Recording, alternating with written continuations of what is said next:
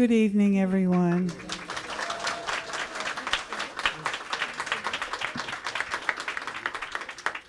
Well, my name is Naya Swami Devaki, and I want to thank you all for that very warm reception. We've been rehearsing now for the past month, and very excited to show you this evening Swami's play. I want to just give a little background information about the play, which is that we did perform it about 10 years ago, a few months before Swami's passing. So we are very grateful for that opportunity. Those you'll see acting tonight are, many of them, this is their debut here on the stage. And they've done a wonderful job, I have to say. They really, really have. And we've had a lot of fun doing this, and I'm sure that'll show tonight. I'm just going to give you a little background of the story that you'll see, because it is in English, and I just want to make sure that the translation is clear, which is, it's a story about a man who, Yogananda actually, in case many of you don't know this, I'm sure most of you do, promised to come back after 200 years, after he left his body. And so this play takes place 200 years into the future from when Yogananda left his body. And it's about a man, he's a storyteller, and he had committed sins against the master. He had told slanderous lies and had really tried to destroy the master's work. And he promised and pledged, he actually asked God to never let him forget the sins, because he did remember, he did finally come to an inner understanding of his transgressions. And so he prayed to God, asking God to allow him to never forget what the transgressions that he had committed.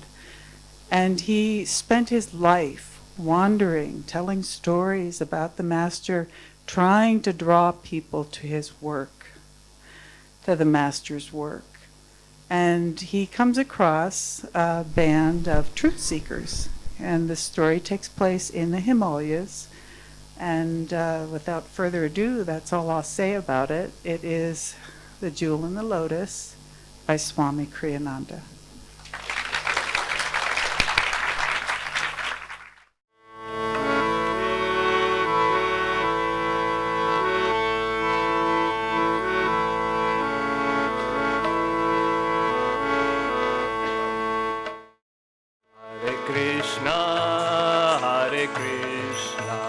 Krishna Krishna Hare Hare Hare Rama Rama Rama Hare Hare Hare Krishna Krishna Krishna Hare Hare Hare Rama Rama Rama Hare Hare Hare Krishna Krishna Krishna Hare Hare Hare Rama Rama Rama Hare Hare Hare Krishna Hare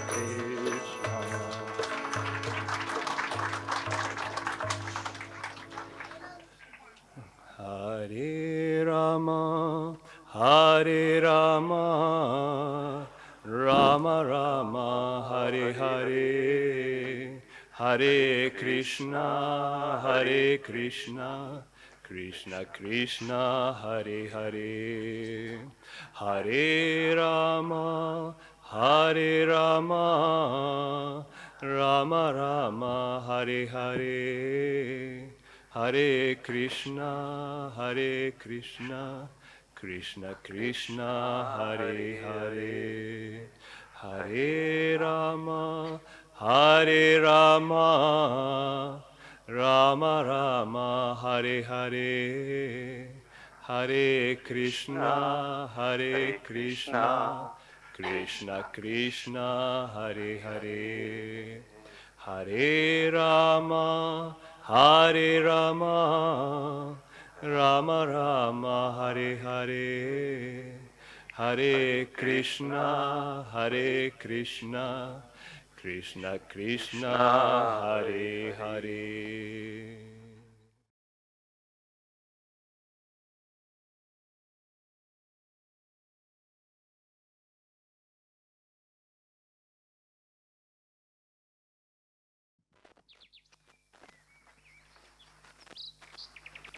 Rama, Tama, Krishna, Tishna, all this chanting and caterwauling, it's enough to drive a person mad.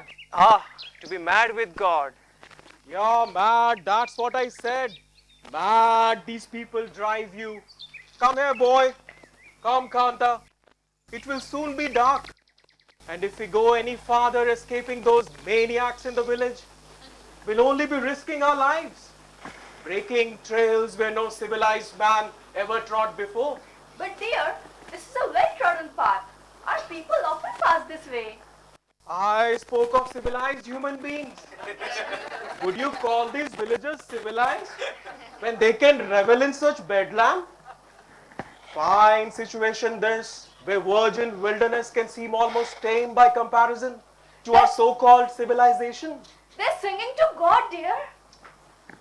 Well, if I were God, I would merely be annoyed if people spend so much time demanding my attention.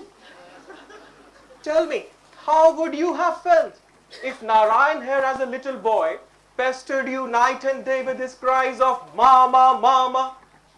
Exasperated. Believe me, that's how God feels when people pester him with their howling. Oh, he's too clever to be taken into this Rama Rama business. He has got more important things to do than listen all this to these raucous cries of Rama Rama. Like what, dear? Listening to you when you pray to him for money? Well, what's wrong with that? At least it's a prayer with some sense to it. And besides, there is something in it for him too. He knows I donate money to the temple. Yes, but you once My hard-earned money, dear. My money. told us you donated money so that the priest could ask God to make you even richer. Well, they get their percentage. And mark my words, employing people is the best way to make honest men of them. Your fellow merchants should derive great inspiration, dear, from your concern of other men's honesty. No doubt, no doubt. And I set them a good example of honesty too. Within reasons, of course. You see, one has to be practical. But I can safely say that I am as honest as any merchant in this bazaar. And I work really hard to make this a decent world to live in. Our own little corner of it, at least. Well, why shouldn't God listen to my prayers? You want to know something?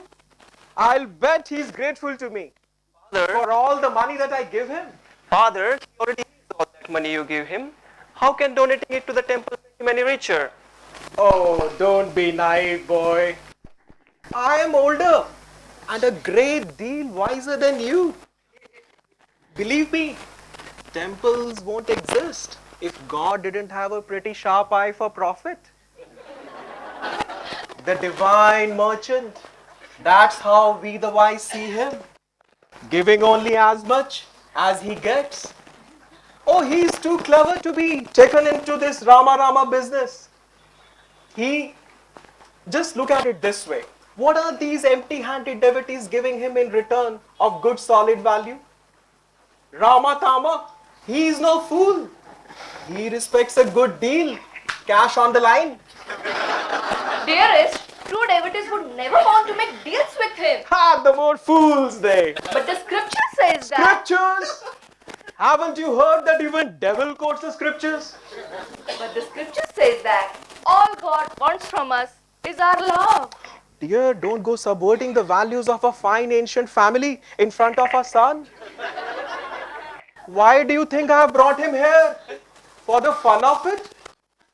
Braving oncoming darkness and wild animals and maybe getting lost for the fun of it? No! I have brought him here out of my love for him and to protect him from those madmen in the village on whom love for God seems to act as the rice wine acts on more sober persons. I'm sure you have noblest of the motives, dear. But aren't you also just possibly afraid of losing a junior prospective partner in the business? Well, that too. But of course that. How do you think Narayan can best please God? Obviously, by working, by leading a good, decent, respectable life, by working for me in my shop. Compare that to just running around foolishly singing Rama Tama Krishna Tishna. Father, even you know that's not the chant. Well, what of it? It's all the same. And besides, I need an accountant too. No, I mean it. An honest one. That fellow that I'm having in there is stealing me blind. I thought you said employing a person was the way to make an honest man of him. But tell me, Father, how is taking a job in your shop going to help me do what I really want, which is to find God?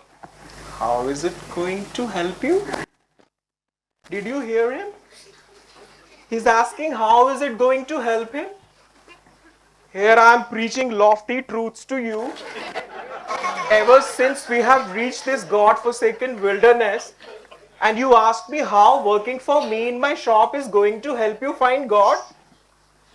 It's perfectly obvious, my dear. Didn't you yourself say that God is the money that we spend? Now for that reason, the more we have of money, the more we have of God. Simple. We better keep an eye over him. He's getting some strange ideas. But God is in everything, Father. Why limit him to money? Why? Because the Bhagavad Gita says that God is especially manifested wherever there is greatest beauty. And what could be more beautiful than money? Oh, temple bells, the gold coins, their clinking sound always reminds me of temple bells. Me, the most beautiful sound in the world is a group of devotees singing God's name.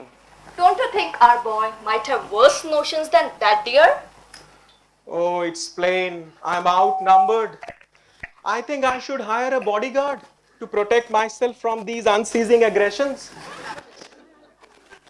Look, boy, all I'm trying to do is ensure your future happiness. Don't you understand?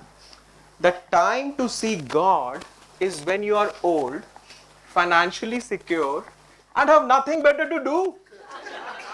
Otherwise, you'll be like just a wandering beggar, like that storyteller who has come lately to our village. I have never seen him beg, He is poor, take it from me. He must beg. but he tells the most wonderful stories. Especially from the lives of the saints. The saints of all religions, not of one religion only. My favorite are those where he tells of the love of great souls for God. Ah, what beautiful stories those are. Oh, Father, why did we have to leave village tonight of all nights? There is a special ceremony in the temple to commemorate the love expressed in all religions for God. And we wanted to attend it. What? And leave me at home to worry what might become of you? Oh, I know all about it. The ceremony hasn't gone exactly unadvertised. The singing and the wailing has been increasing for days.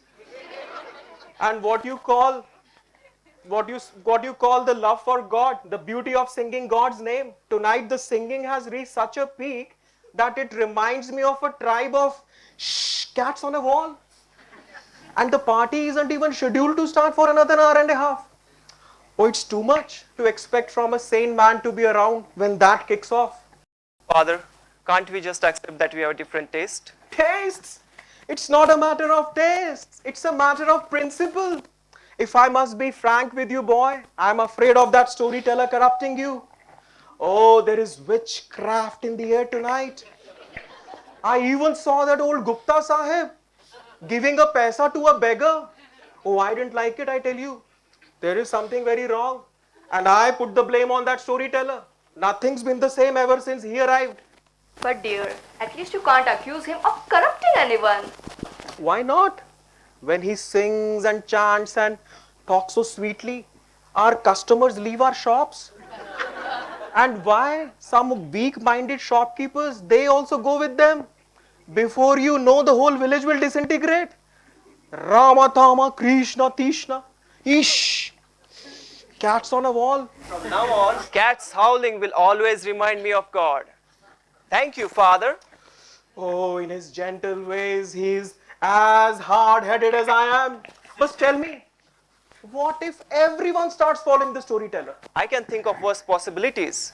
Now dear, you know it's not likely. Besides, they say he likes to walk alone. No doubt, leaving everything behind in shambles. Such people usually have to go out of the town fast and alone. Not in shambles, Father. Why not? When shops will be empty and villagers will be roaming in the streets singing like what? Like pack of wolves. And this latest craze that he has brought to the village, this Yogananda fever I call it. Yogananda helped people to understand life's true goal, inner communion with God. In God, he said, saints of all religions are one.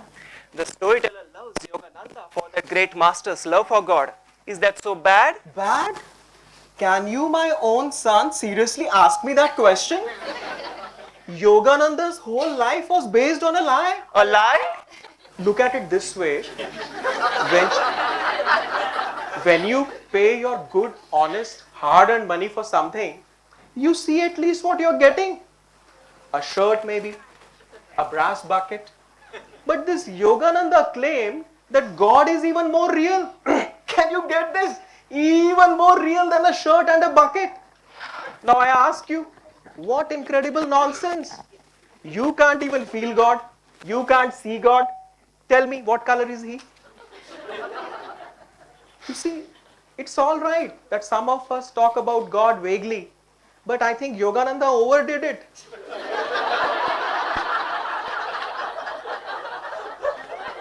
He even put it in writing that everyone can see God. Now it is bad enough that some of our sadhus have said this quietly, but broadcasting this nonsense to the whole world, it's good enough to ruin India's good name. The world has become more peaceful as a result of his teachings. Mother friend, may his love on life's descent. It's almost too late to find any flowers. But we must find at least a few. How can we attend the ceremony empty-handed? The garland I made was so beautiful. If only our cow hadn't eaten it. The Bhagavad Gita says the Lord accepts even one flower, even a leaf, if it's offered with devotion. Ramu, look who's here. Ramesh Babu, Didi, what are you doing out in these woods? It'll soon be getting very dark. Ramu, Gita, I have brought my family here to escape that singing, and here you bring it to us. You can't be serious. This is such a joyous evening. It's the anniversary of Yogananda's Mahasamadhi, when he left this world. Well, I thought that this evening is a sort of holiness inventory of all saints. It is for all saints. The inspiration for its devotion was Yogananda's. That's why we're celebrating it today. Yogananda said that in this world, all are equal. No one greater and no one any lesser. He taught too that we must love the saints not for themselves, but for their love for God. In this way, he said, we too may come to love God. And have you heard? There's even a chance that Yogananda may have returned to this world. What? On a spaceship? No! Reincarnated in another body. Is it possible? Oh, may it be true. Oh, this storyteller behind all this, I'll warrant it. Indeed, yes. And he also told us that Yogananda promised that in his next life, he would come back here and live in these very Himalayas. To think of it! Maybe he is in this very portion of them. Or maybe even right up there, at the top of Lotus Mountain.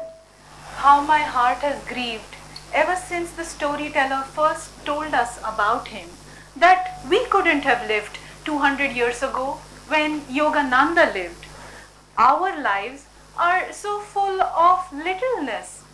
If only great saints lived amongst us. Yogananda promised to come back 200 years later. Did you know? The storyteller told us so. O infinite Lord, the songs that you sing, thrilling the night of Maya with your love, may these sweet sounds be heard in our souls. Let all the world stand still. Let not the wind, the rain, or the calling of birds invade our silence. May your songs possess our souls. May they steal like moonlight into the dark glades of our souls, bathing the restless shadows with your luminous peace. Ramu, you are respected candy maker? Candy? No candy can taste as sweet as the Lord's name. Now that I've learnt not only to sing it, but to hear it everywhere in all nature. Oh, I must have a word with Storyteller. The temple bells. Only an hour left until the ceremony. We must hurry or we won't find any flowers. God is my Father.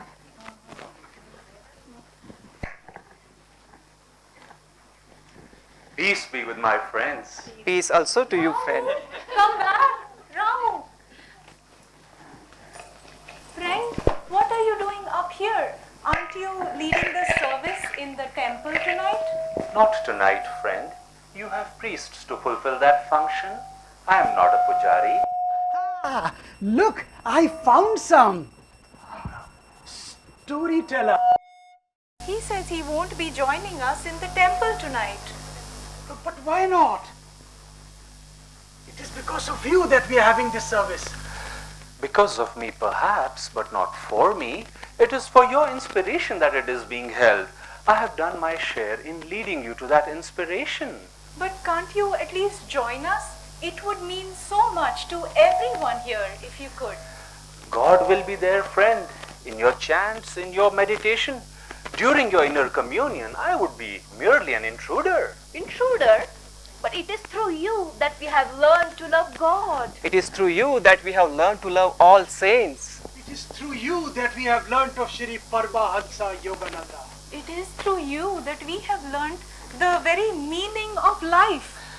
I am as grateful for these blessings as you are, but of what use is a door once it has been passed through? My path lies in solitude. The time has come for me to take to that path once again. You don't mean you're leaving us? Didn't I tell you he's getting out before the roof collapses? But how can we carry on if you leave us so soon? The truth is in you, friend. Why seek it outside yourself? Even if you tried, you'd never find it there. What you speak about the truth here being in Gita interests me. On the whole, I won't call you hopelessly wrong, but it reminds me of an absolute whopper. You see, it was in the school when she was in the history class that she was about to say, Friend, the truth is in you too. oh, please don't misunderstand. I mean, I do dress things up a little, you see, just to make them a little more presentable, but everybody knows that I'm an honest man and we are friends here. Why exaggerate? When I say the truth is in you, I mean you are the soul, the immortal Atman. Just what do you mean by that? I mean that God, the supreme truth, is in you. Aha! Did you hear that, boy? From now on, you should better listen to me. He means God is in everyone, Father, in everything. But the Bhagavad Gita states that God is especially manifested wherever there is the greatest beauty. That's exactly what I was telling Narayan here. How like temple bells, I said, is the varied clinking of gold coins. To me, God's beauty is most perfectly manifested in His saints. Excuse me. Beauty, you said? Saints, you said? Am I right, sir? Did I misquote you? Now, there you have confused me a little bit. Because beauty and saints are two words which you won't naturally pair together. Because the most of the saints that you see these days are so much covered by hair all around that you could hardly tell whether they are beautiful or not. And from what one can see, beauty isn't the first word that springs to the mind. Scarecrows is more like it. It's clear you're yet to meet a real saint, but in any case, I was speaking more of spiritual beauty, of a radiance in the eyes, of a gentleness in the smile. From the pictures of Sri Yogananda, I feel he is the most beautiful human being to have ever lived. Outwardly as well as inwardly. But why should we bother about such people? Yogananda is dead for last 200 years, and that illustrates the point. And most of the saints that we hear about are long gone. And even if they are alive and famous, they are so thickly swarmed in by crowds all over that one can hardly get close enough to them to get a decent blessing, let's say on an important cash sale day. No. I think running to the saints is just running to the saints is just going away from your responsibility. No. The scripture says that spending time with saints is man's first responsibility. No, sister, your husband is right. Too many people run to the saints to excuse their own spiritual laziness. He agrees with me. At one time in the ashram of Paramhansa Yogananda, there lived a disciple who joked all the time, laughed, played pranks, and generally acted more childish than childlike. The master one day reprimanded him for being so light-minded. The disciple replied, "Master, I know my weakness and I want to overcome it. But how can I do so without your blessings?" What a beautiful answer. A true disciple. The master replied, "But my blessings are there already. God's blessings are there. It is your blessings that are lacking." Faith, you see, must be consciously exercised. If it makes one passive, it isn't faith. It's only wishful thinking. The Christian Bible states that faith without works is dead. By works, it means the creative application of faith, both inwardly as well as outwardly. Now, did you hear him? Everyone. Now, you all think me so ignorant in spiritual matters. And here your own teacher agrees with me, not with you. How do you feel about that? You know, I keep telling them, God is everywhere. So why leave good, honest business to find him? Some of Yogananda's most advanced disciples were successful businessmen. He taught that the power of concentration, so necessary for success in business, is important also for deep meditation. Did you hear him, boy? You should better stick to me if you want to find God. Well, however those disciples have found God, I'm sure it wasn't by meditating on money. Why not? I keep telling him, God is in money too. He just doesn't understand. God is everywhere. But we must first realize him before we can see him everywhere. Be a quibble, I realize him in money. We must first realize him in the self. True.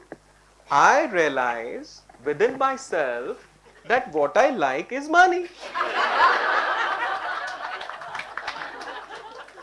Oh, this man speaks like the very angels. But he hasn't said one should take a business to find God.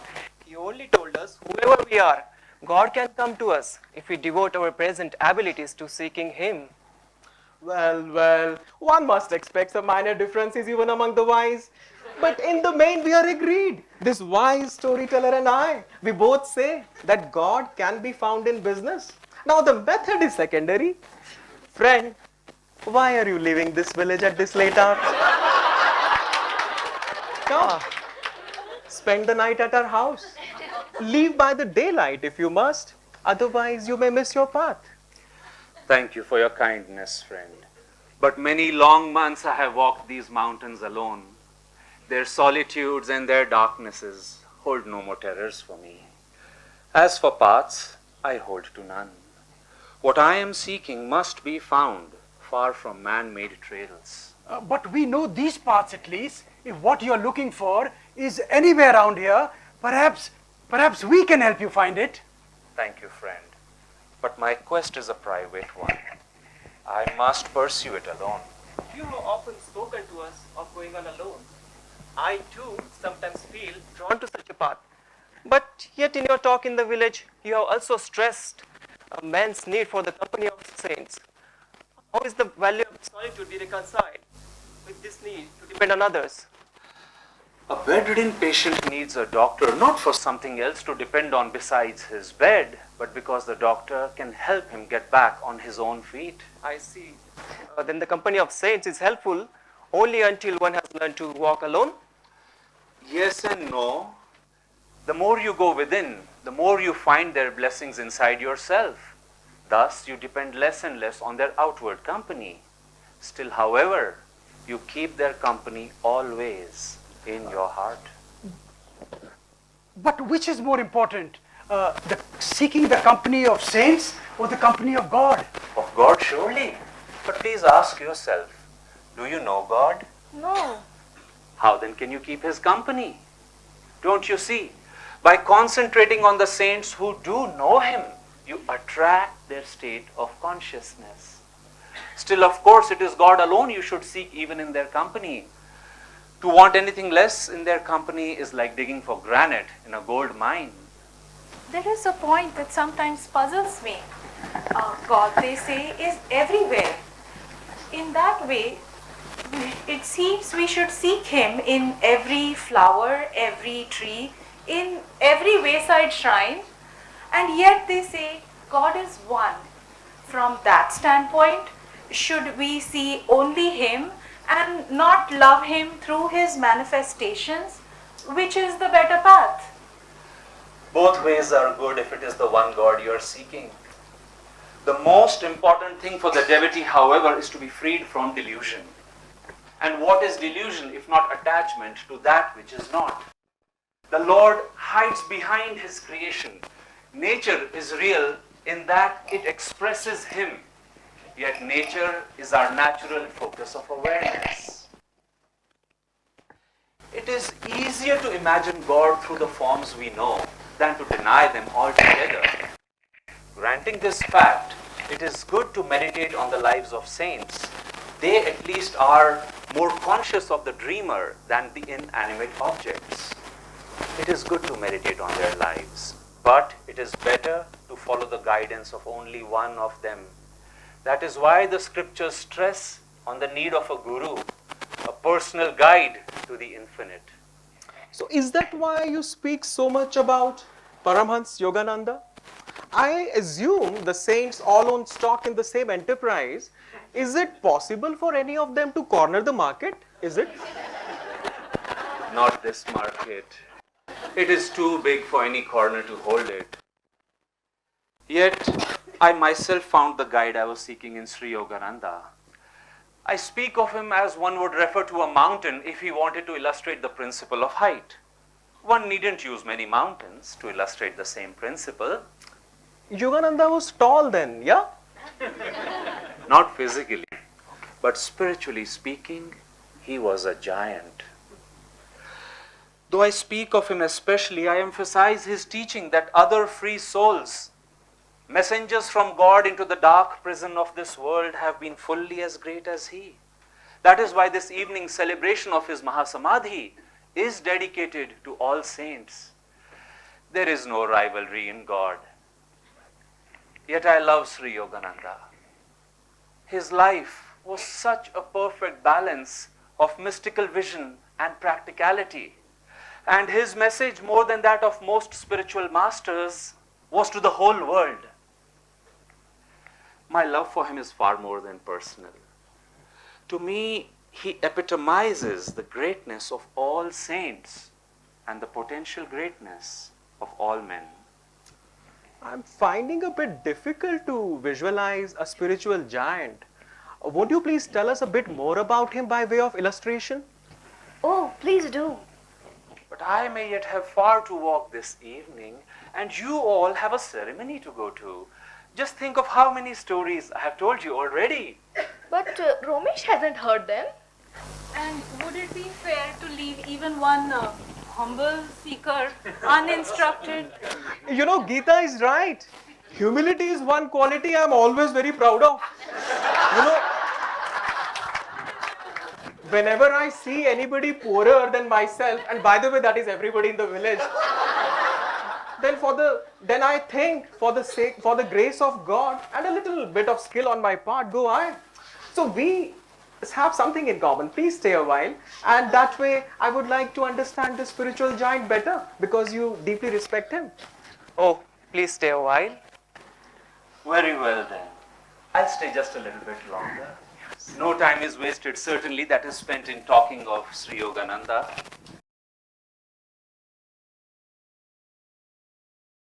Brahmanandam Paramasukhadam Kevalam Jnanamurtim Bhavatitam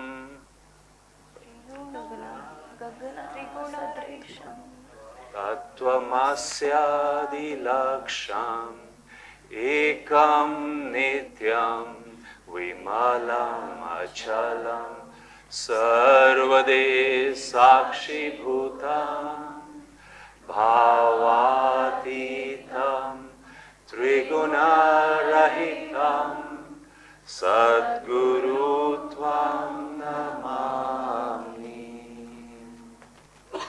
My Guru, bearing the bliss of Brahma, happiness supreme, wearing the image of wisdom beyond all qualities, free as the soaring sky, knower of all there is to be known, thou, perennial, taintless one, witness of all happenings, beyond all conceptions, boundaries, uncolored by good, bad, active qualities, my ever-awake preceptor, I bow to thee. People make a grave mistake when they think a guru as an ordinary man, wiser than they perhaps, but otherwise limited in time and space, even as they are. Indeed, they even err when they think him separate from themselves, for the true guru, having merged his consciousness in God, resides always in the devotees' hearts. He comes to this world not to show them how different he is from them, but to inspire them with a sense of their own divinity. The Guru plays a strangely dual role. On the one hand, he lives as a man among men, laughing, eating, joking with them, as well as teaching them, encouraging them, in other words, to see their humanity not as a barrier, but as a bridge to divine attainments. On the other hand, he carefully reminds his disciples, and more, so the more they advance spiritually, that neither he nor they are this physical body. Yogananda used often to say, I killed Yogananda long ago. No one dwells in this temple now but God. A disciple once praised him for his humility. How can there be humility, the master inquired, when there is no consciousness of ego? One of the saddest mistakes people make is to compare the saints in order to show their own patron saints or their gurus the greatest. What a travesty of the truth that all saints have proclaimed, that God is the sole reality. A master has merged his consciousness in that infinite realization. One should meditate on the lives of the masters, not to increase their consciousness of sectarian differences, but to demolish them. In this way, I invite you to consider the life of Paramhansa Yogananda, truly a star of the first magnitude in the heavens of history. Well, I always thought that these holy men always wanted everyone to know how especially holy they are. We as merchants have no objection in letting others, well, a few others know how rich we are. To the saints, such considerations are meaningless. Long, in fact, before Sri Yogananda came into this world in that beloved form of his, he had attained final freedom from the meshes of ego. No karma of his own brought him back, but only the purest compassion for suffering humanity. He was what the scriptures call an avatar, a divine incarnation returning to earth, fulfilling an ancient promise to come, if need be, again and again, as long as one stray brother was left weeping by the wayside. Such compassion is inconceivable. Now I am beginning to understand what you meant by a spiritual giant. Sri Yogananda played a more human role than most avatars. It was his task to awaken people in a culture where God communion had been all but forgotten. Seeing his life in retrospect, one is amazed at his accomplishment. He took mere spiritual children as it was and brought them all the way to divine maturity. No other master, to my knowledge, has worked so earnestly with so many different levels of disciples, nor brought so many in one lifetime to God. Many of his disciples reached liberation in that life, and many others, even among those who came to him after he had left this world, found God. To meditate on the episodes of his human life is to be inspired with the power that he radiated. To meditate on his childhood search for God is to be filled and inspired with intense devotion. To meditate on his adolescence years is to be inspired to renounce selfish ambition and to live only to serve God in all.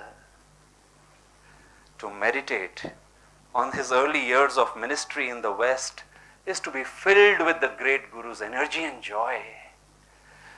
To meditate on his final years is to be filled with dispassion, compassion, and wisdom. Love and joy were the chief qualities he manifested in his life. Even his childhood pranks ring with the silent laughter of God. Did he play pranks too? Indeed he did. And why not? Is not God a God also of joy? I wonder what he would have thought of my little Charu when he was young. He threw water from the roof on a pompous neighbor, the disgraceful child. Sri Yogananda did much the same thing as a little boy, only it was dry cow dung on a drunken policeman.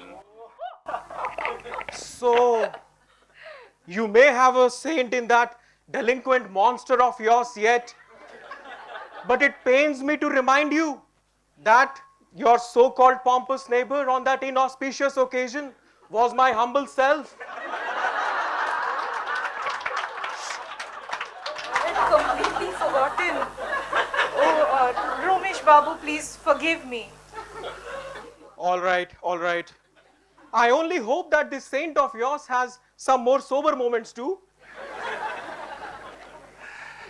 Even his childhood pranks often had a deeper purpose, often to send deep teachings in people who were hard-hearted or perhaps too sure of themselves. Pompous? But he never acted except with divine love, even when he reprimanded his disciples. How could he do otherwise when he saw all beings as his own self? All beings, even animals? Indeed, yes. Would you like to hear a story of how his love once conquered a wild and hungry tiger? Yes, Tell us more. Very well then. If I am to tell you a story, perhaps you'd gather round a bit closer to me. Please. Ramu, come, sit here. Ram, please stop this. Narayan, let us all be comfortable.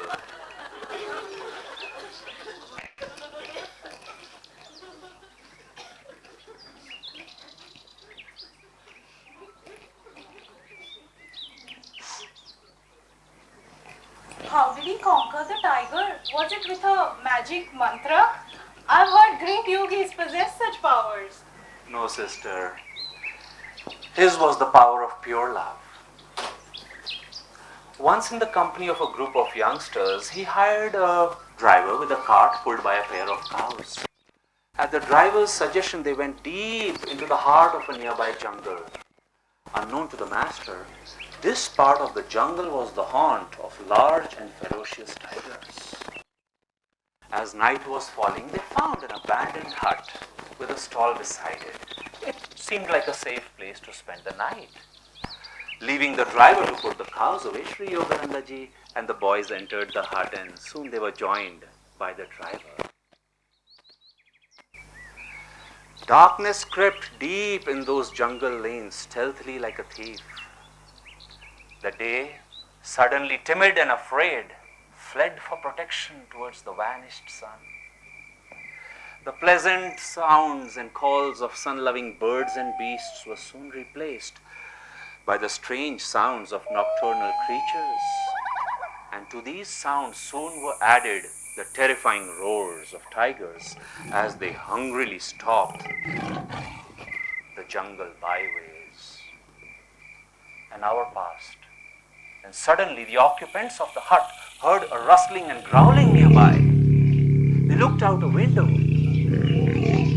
The moonlight in the clearing was just bright enough for them to see a huge Royal Bengal tiger slowly approaching, its tail twitching with anticipation. The driver said, "The tiger is going after our cows," his teeth chattering with fear. Sri Yogananda said, "Didn't you close the stall door?"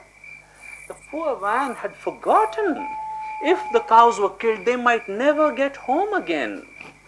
Sri Yogananda asked if anybody was willing to accompany him to close the stall door. Well, you can imagine the general stampede to join him.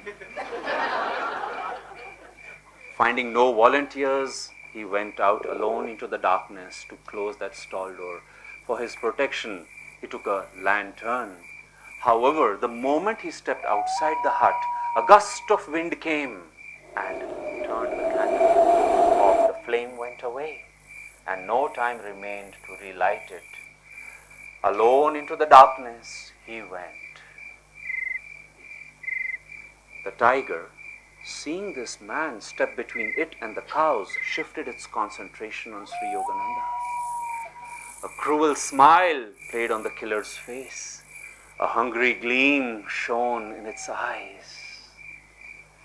Sri Yogananda looked at it. No thought of fear crossed his mind. Holding on to the thought of divine love in his heart, he realized it was God he was seeing in the form of that tiger. The killer slowly approached. The power of love flowed to it from the master's eyes. Suddenly, what a miracle! The beast, instead of springing, rolled affectionately at his feet. Love had conquered it. Its huge tongue lolled out as it yawned a few times. Then after some time it got up and peacefully walked back into the jungle. The stall door was closed. When Sri Yogananda returned, you may be sure he scolded the driver for bringing them to such a dangerous place. But cows and people, alike for the remainder of the night, spent all the time in uninterrupted peace. I wish I could have even been that tiger, just to have met Yogananda and felt that divine love flowing from his lotus eyes. How much better to be a real tiger made by God that way than to be a human tiger preying viciously on the lives of others. Such tigers must be much more difficult to transform. And how much greater the miracle? Surely that does transform them. Sri Yogananda must have met and changed many such people. Oh, many, many. Some even tried to harm him, but on them what a sweet revenge he had. Did I ever tell you the story of how a gunman was sent to kill him in New York? No. It was after a lecture at the Carnegie Hall, during the course of which he had exposed certain powerful, wealthy men who were exploiting the poor. America was in the depths of a depression. Exploitation of the poor meant virtually their ruin. Coming up behind the master in a darkened street, the gunman put a pistol in his back and said, "Why did you talk about those people like that?" All men are God's children. He loves them equally. How can you expect him to be pleased when his rich children take advantage of his poor ones? Can you imagine talking like that to somebody who has been paid to shoot you? Why do you live the way you do? You aren't happy. It is time that you changed. I demand that Satan come out of you. "What are you doing to me? I was going to kill you." I can't. I just can't go back to that way of living. His life was completely changed. Is it any wonder that the scriptures declare, Shannamapi sajana sangati rekha bhavati bhavarna vetarane nauka. One moment in the company of a saint will be your raft over the ocean of delusion. How strange that anyone could wish to harm such a man of God. But aren't good and evil always at war? And whenever anyone is supremely good, the resistance of evil people is that much greater. Just look at the lives of all men and women of God. How those who heard Sri Yogananda must have suffered, knowing that he loved them so deeply. I know of at least one who did. Pray tell us more. He was one of the worst whose paths ever crossed that of the Blessed Master. He tried everything he could to interfere with the spread of the Guru's work. Like a tiger raging on the outskirts of a jungle village, he searched and prowled ceaselessly in search of human prey. Like the fire of cruelty in the yellow eyes of a wolf, there burned in his appeaseless heart the flames of envy and hatred. He told lies about the Master, spread false, slanderous tales about his work, tried as often as he could to turn people away from the path. Yet you said he suffered. Why then did he continue to do those things? Ah, my friend, the dewdrop, afraid of being drawn into the sun, slips trembling for shelter into the heart of a lotus. Even so, this man, afraid of the magnetic power of Sri Yogananda's love, sought shelter in hatred. His deeds bore ample testimony to the perfection of that hatred. Yet the Master loved him so deeply. Just a few days before Sri Yogananda's passing from this world, he met this man once again. With the sweetest compassion in his eyes, he looked at his old offender, smiled gently, and said, "Remember, I will always love you." At last, at long last, what change was wrought at last by those few simple words. Breaking through at one point through the rock fortress of this soul's resistance, divine love soon destroyed every rampart. Years it had taken to resist. The defeat, however, when it started, required only a few days. Oh, dearest pain, oh, blessed sorrow, what tears of repentance racked that conquered heart. That man, now transformed, prepared to go to him who he now considered his guru and cast himself at the Great One's feet. What high things he would do, what greater things he would do to correct past wrongs, how he would beg for forgiveness, knowing that he had it already, yet hardly daring to believe. It was as he was preparing to go to the Master that the news reached him. Sri Yogananda had just passed away from this world. Need I describe his sorrow and grief? With his heart so lately changed, but with never an opportunity to show its new character. That man, so lately evil, now made a sacred vow. As he had spread lies about the Master, so now he would spread truth. As he had worked to turn people away from the path, so now he would work hard to win them back to it. As he had thwarted every effort of his Guru, so now he would spend every remaining minute of his life to fulfilling the mission that the Guru had brought. For the remainder of his life, he worked humbly in obscurity through countless little ways, since he considered himself unworthy of doing great things.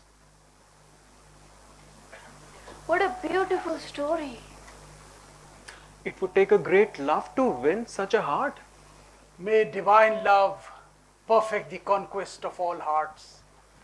For how many times have all of us offended God, whether through some selfish act, fleeting pride, anger, or even doubt? If only we could work as hard to set right our sins as that man did to right his. You seem to have a clear understanding about that man's life and character. Understanding is born of experience. Yet I'm sure you have never been as evil as that man. No? Maybe not in this life. But when you remember the past, you're speaking in riddles. One's past lives may not always be consciously remembered, but his experiences remain with him and throw light on the present. Thus, the past gives one his present level of understanding. Then you don't really know if you were ever as evil as that man.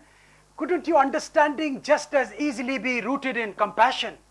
And whence comes compassion, think you? Let me finish that story I was telling you.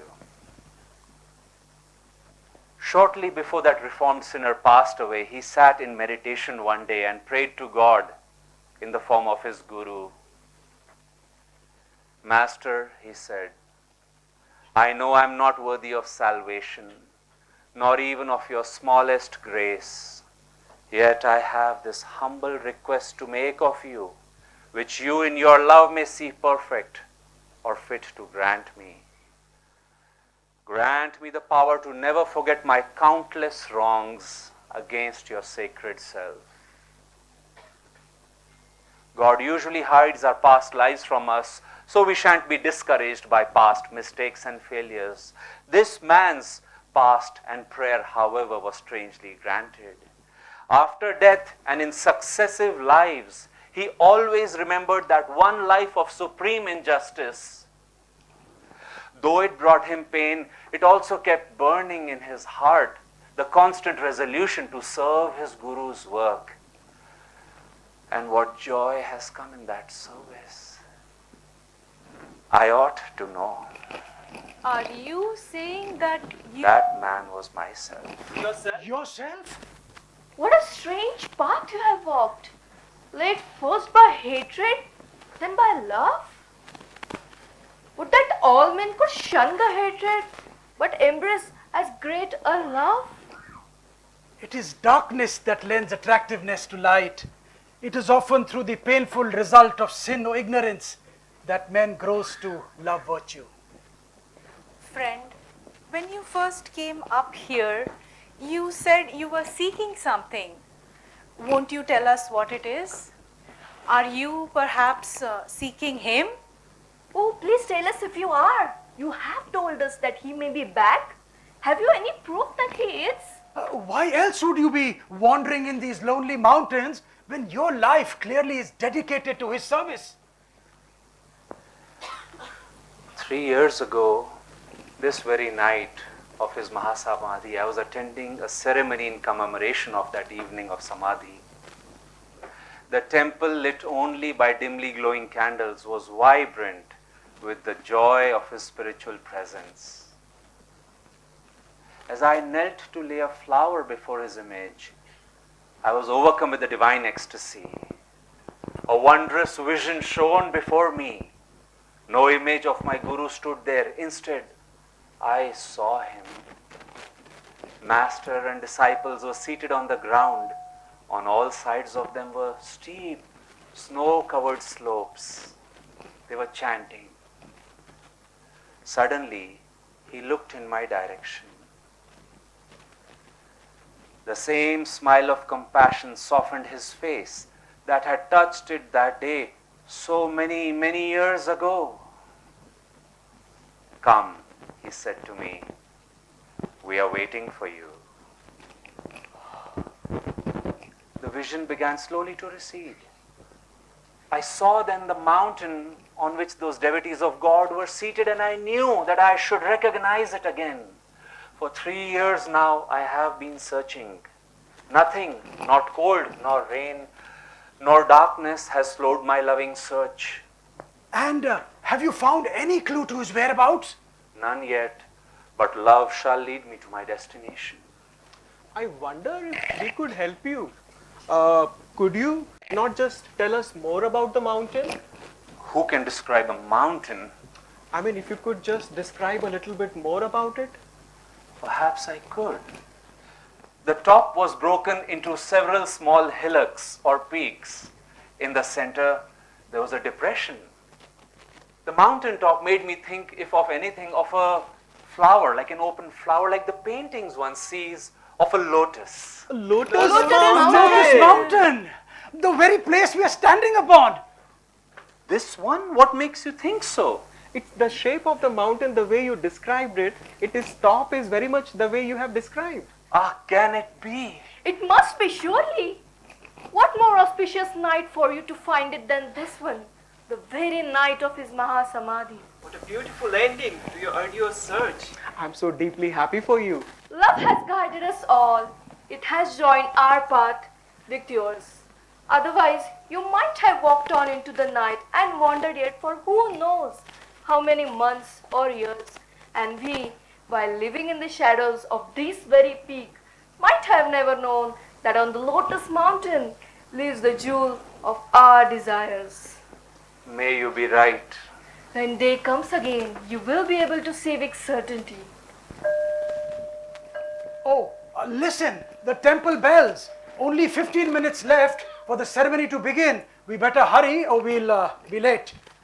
I suppose we ought to go, but I am so reluctant to leave this spot where at least I feel closer to him who I would now accept with all my heart as my Guru.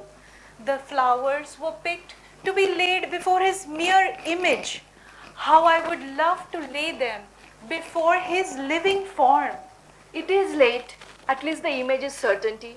We better go. Can we not convince you to come back with us for just one more night? Thank you, friend. But solitude is my brother. Meet me, however, at dawn tomorrow. Tomorrow we shall see what promise this mountain holds. Tomorrow.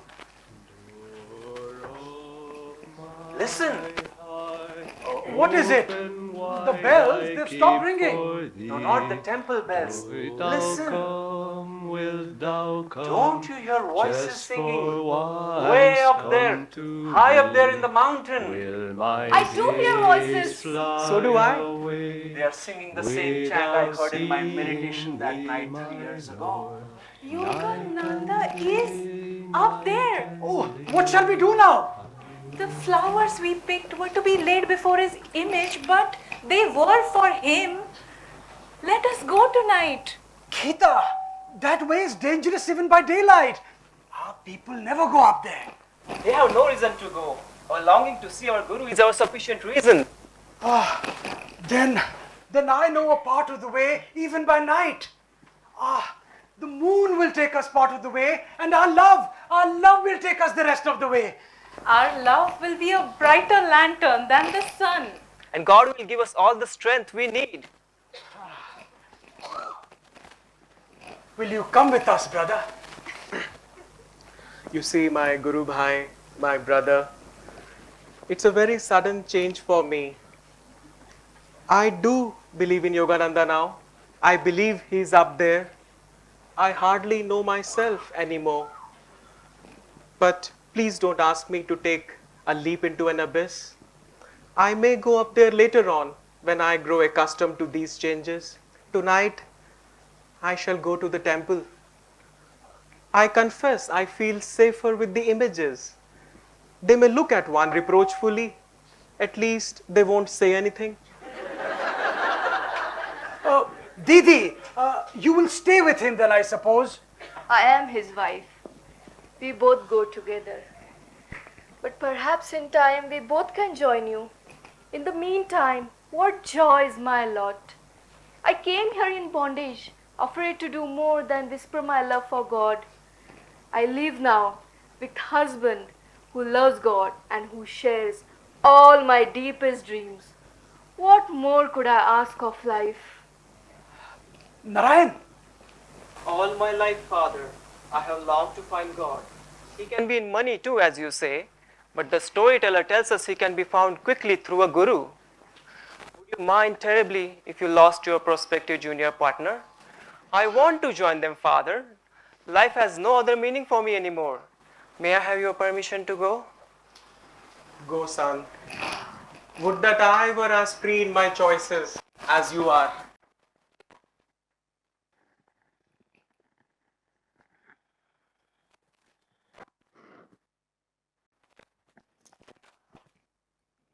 We must hurry. There is very less time now. The ceremony is just about to begin.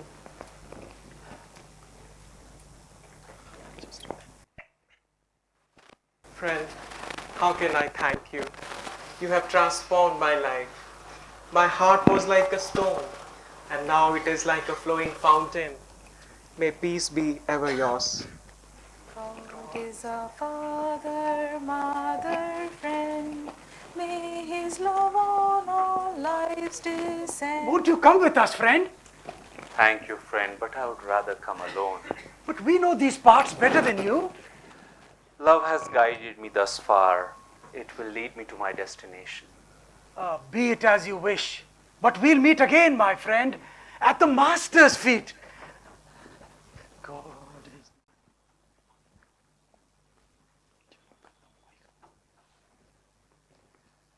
Alone you came to me then.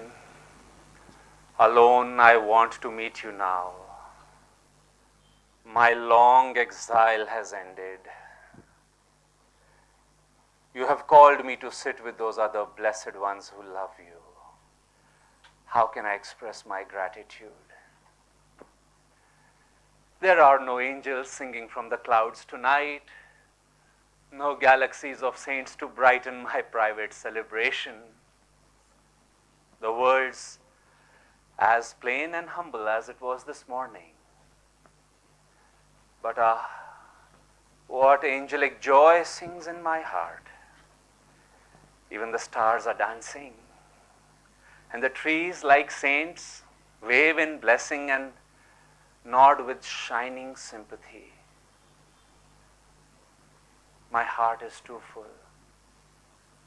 What words can it utter?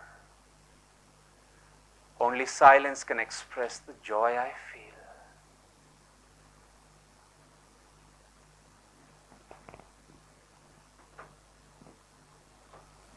Brother, the Master has sent for you. Please follow me.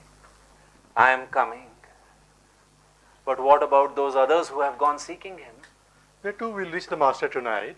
But come, I know a shorter path. We'll reach him first. I am coming. Oh, what shall I say when I meet my Guru?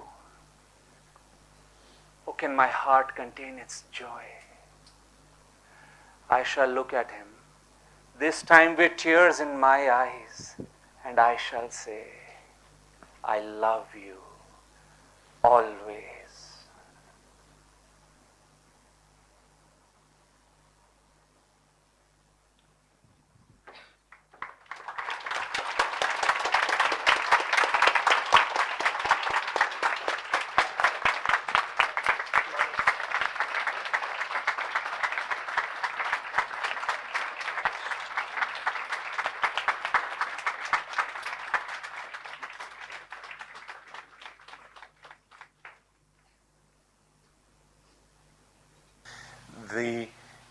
joy of God which is given to one by the Guru.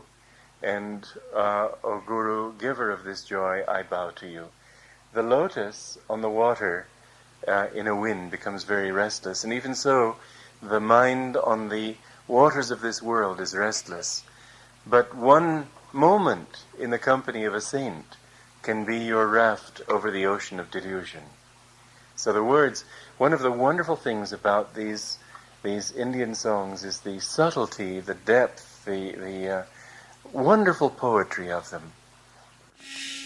Anandam Anandakaram Prasannam Jnana Swarupam Nijabodha Rupam Anandam Anandakaram Prasannam Jnana Swarupam Nijabodha Rupam Yogindra Midyam Bhavaroga Vaidyam Srimad Gurum Tvam Aham Namami Yogindra Midyam Bhavaroga Vaidyam Srimad Gurum Tvam Aham Namami Nalinidalagata Jalamati Taralam Tadvat Jivanam Atishaya Chapalam Nalinidalagata Jalamati Taralam Tadvat Jivanam Atishaya Chapalam Kannamapi Sajjana Sangati Reka Bhavati Bhavanavatarani Loka Kannamapi Sajjana Sangati Reka Bhavati Bhavanavatarani Loka